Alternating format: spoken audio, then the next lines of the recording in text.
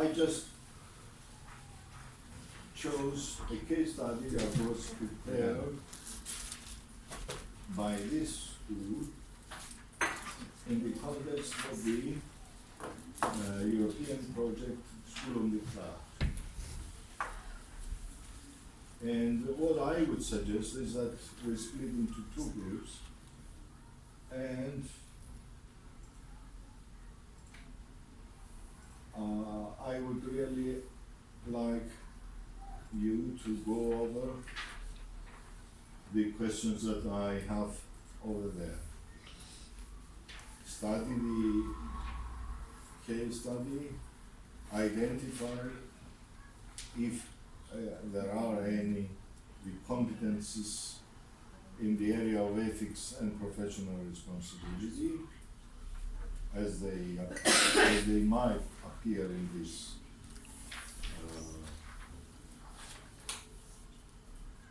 case study. At the time when this was written, it was a bit difficult. Now platforms have actually progressed. You can easily contact students individually and provide individual feedback. For example, Chrysanthi, I loved what you wrote, but I think you should focus a bit more on the simple past, or be careful because when we use these terms, we don't use the other stuff, for example. Or you can actually invite the whole class to do some collaborative writing and give peer feedback. So invite learners to be engaged.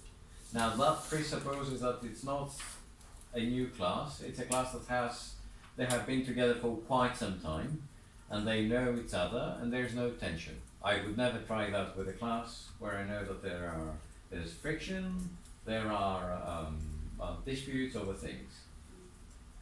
In this way I would do it very discreetly, but then again that's another advantage of the cloud, that you can either contact your students individually or as a group. And one last issue that I would like to talk about is when you deal with students who have not done that before and they use for the first time discussion groups or chat boxes, they're usually carried away. They're unaware, completely unaware of who's reading what. So I have seen students, because the school uses an LMS, a learning management system, and there's a discussion group there. I have seen students talking about how they spend their time with their mom and their family in public, without realizing they're very young, fourth graders. There were a few cases when people sort of bullied others, and we picked it up, which was very useful as well. But even though we think that young people are accustomed to the social media and how to share their views online, in fact, we need to train them. And that's another big ethical issue. Most kids think because they're they're not on Facebook, most of the times they're on Instagram or on TikTok or whatever it's called at the time, they think they know how to handle the media. In fact, they have no clue about it. And most of the times, they either respond with emojis, which is something I'm trying to discourage them from doing, or other times, they think they have the false idea that nobody can read what they're doing.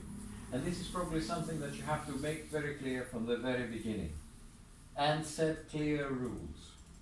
That yes, we'll be using the cloud, but these are the rules. And most of them have no idea about the digital footprint. They don't know that they can be easily identified. Any comments? I mean, we want your opinion. Yeah, by my experience, you have to be very careful in the ethical way, but also ethics, in this case, also ethical is, when we talk about copyright, then it's law. It's the rules of, for instance, European Union or companies that set out rules because of that rules. And it looks like quite innocent when you start in a classroom, and especially when you go outside the classroom virtually. Teacher is responsible for the 30 or 20 or 50 students in the class. But what I see happen occasionally, saw happen occasionally, is that the stories of school come home. And then parents might complain about issues that have happened in the classroom or stories that they tell. Then they go, and that's the reason I tell, and they complain to the teacher, and if there's not a good response, then they come to the head. Yeah. And then, so the ultimate responsibility of everything which happens in the school is always the head of the school. So the policy in your school, in your educational environment, should be talked about like we do now, to have issues and to discern the issues that come up in daily life of education. Yeah, I have some issues to show you that not only just copyright. And then I leave out the biology teacher who was in front of his classroom. The whole class was working, screen was on, and he went to a sex website. I had to fire him immediately. So there were images in the classroom, just an issue, of a sex website, porno. And the claims, it was easily, it came out to me immediately. I had to fire him directly on the spot. Because that's not allowed. That's just a little example that anything can happen. If I may, this is not, sorry for interrupting you, Yeah. but I believe that this issue of ethics, Sorry? is nothing, the issue of ethics, generally, ethical issues, Yes. is not, has nothing to do with cloud and digital in general. It's an issue that needs to be solved one way or another. Either we use digital means or not. So I It's both strongly ways. believe that an educational leader should deal with that, with how to protect the environment of a Let school, me which just- is, Okay, you're right, but I mean, let me just consider. But then But maybe no. Chrisant can finish first. And what I'm saying is this, that number one, we need to provide a background to the students, either they use digital means or not. So we need to give them, let's say, a basis or values.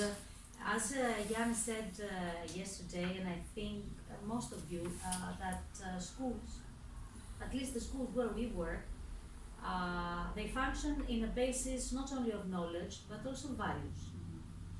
So that's why we're a lot concerned about this idea of how we can use these digital means. And with the team here, the Doukas team, and I'm really honored that I belong to them, we have worked a lot on that issue because, as you said, let's say that we started with this digital transformation, and the students were, how old are they in the fourth grade? Maybe 10 years old, Yeah. fourth grade. Yeah.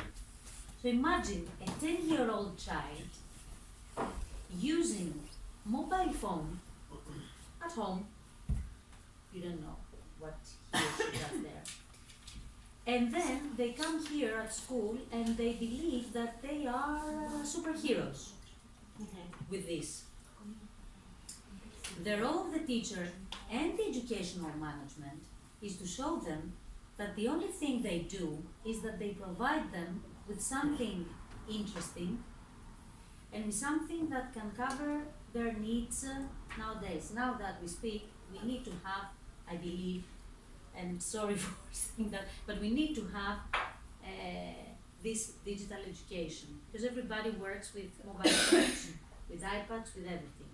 You cannot tell to a child, to a student, whatever, just stay there and work with paper.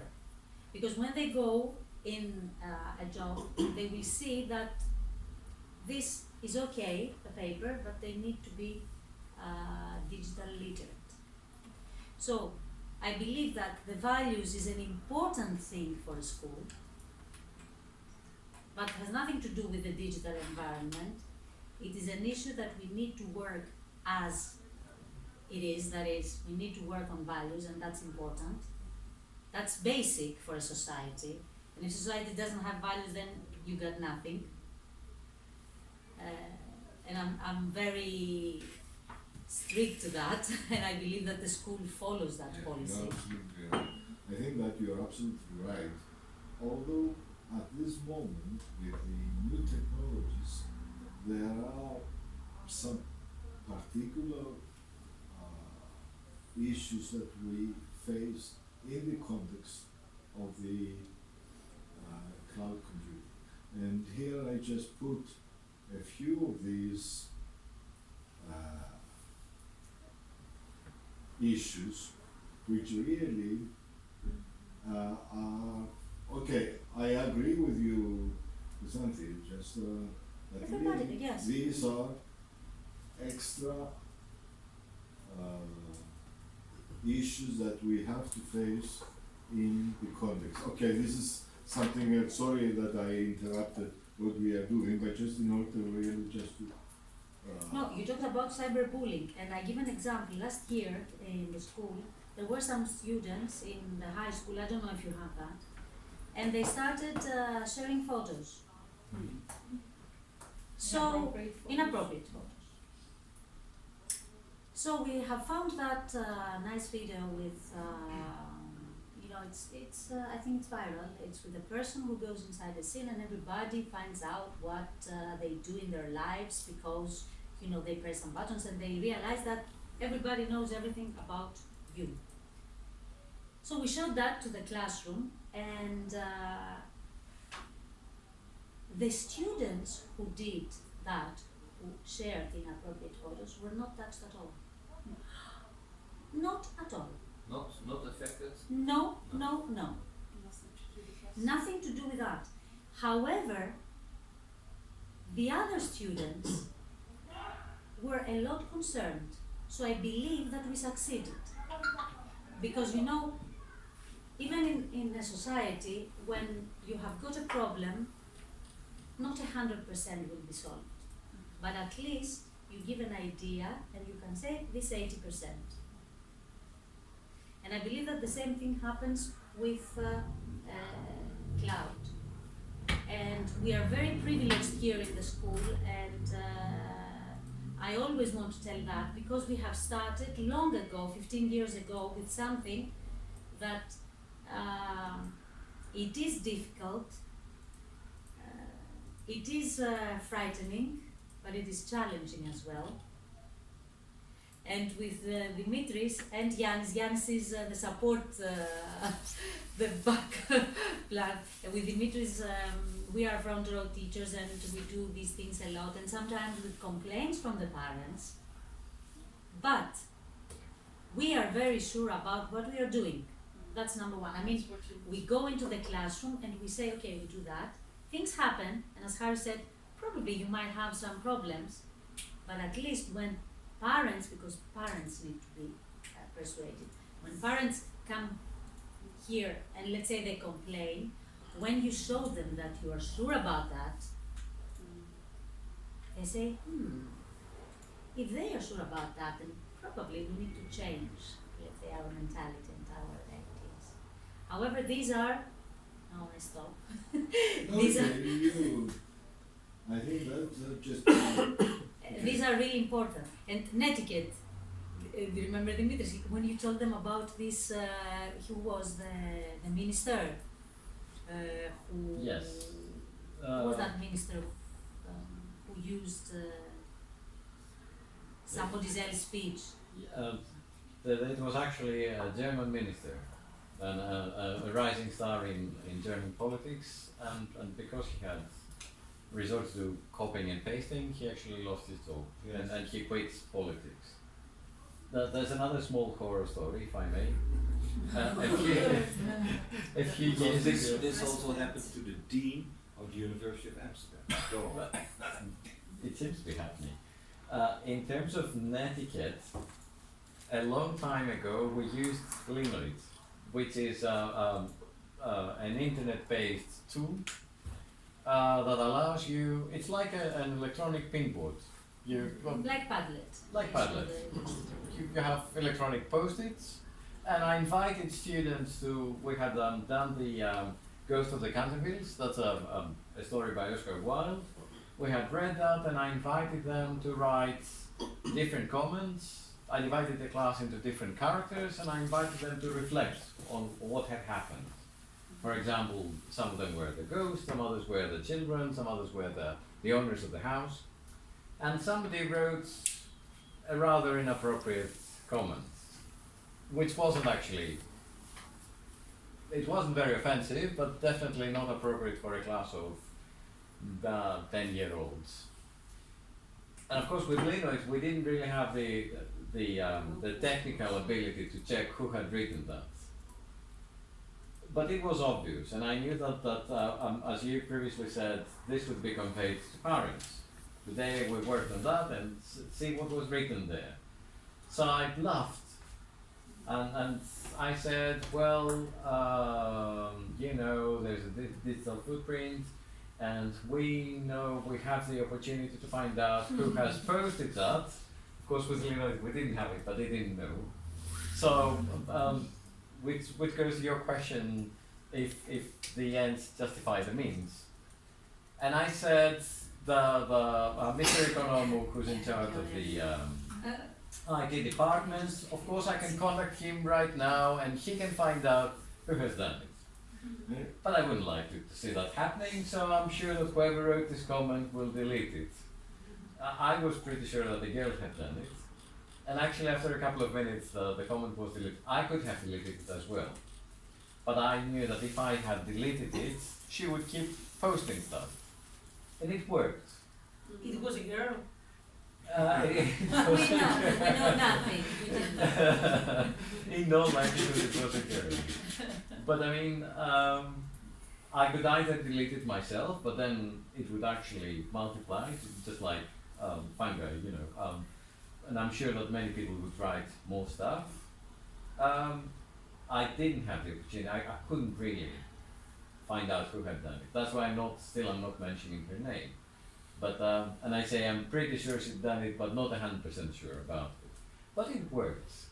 So the question is sometimes, okay, maybe it wasn't very ethical the way I did it, but obviously I prevented things from happening, which is another good question. Okay, thank you very much. It was really very, very important that you joined us, and I think that what you have just presented us is an additional idea.